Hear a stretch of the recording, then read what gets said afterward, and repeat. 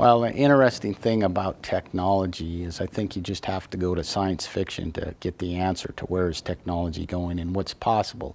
And maybe it's also philosophy and the power of the human mind. If I can visualize it, we can build it. So I always like to think about Star Trek, wonderfully popular and still popular sort of show for many years. And one of the fundamental parts of Star Trek is this computer that they talk to.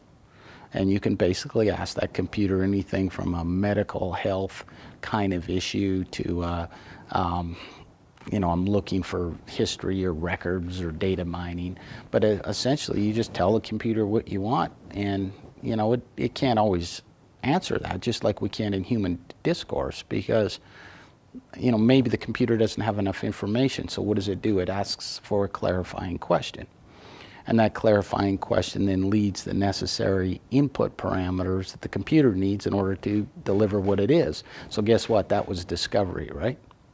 So if you think about where's that all going, I mean, to me, it's you walk to the refrigerator and talk to it. You tell your washing machine when to start. I think that the science fiction has already defined that. And what technology's challenge is how fast can we get there? With a totally interconnected world, I mean, I'm going to be able to be in a hotel room in Paris and tell my refrigerator to defrost if I want to, I mean, that will be there. So I think it's going to be very much a natural language approach to communicating with a computer.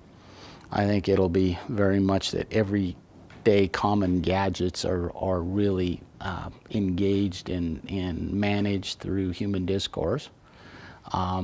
And I think that the information that just continues to bubble up on the internet and around us will ultimately be sorted and dissected by a computer that helps us really get to that knowledge instead of information.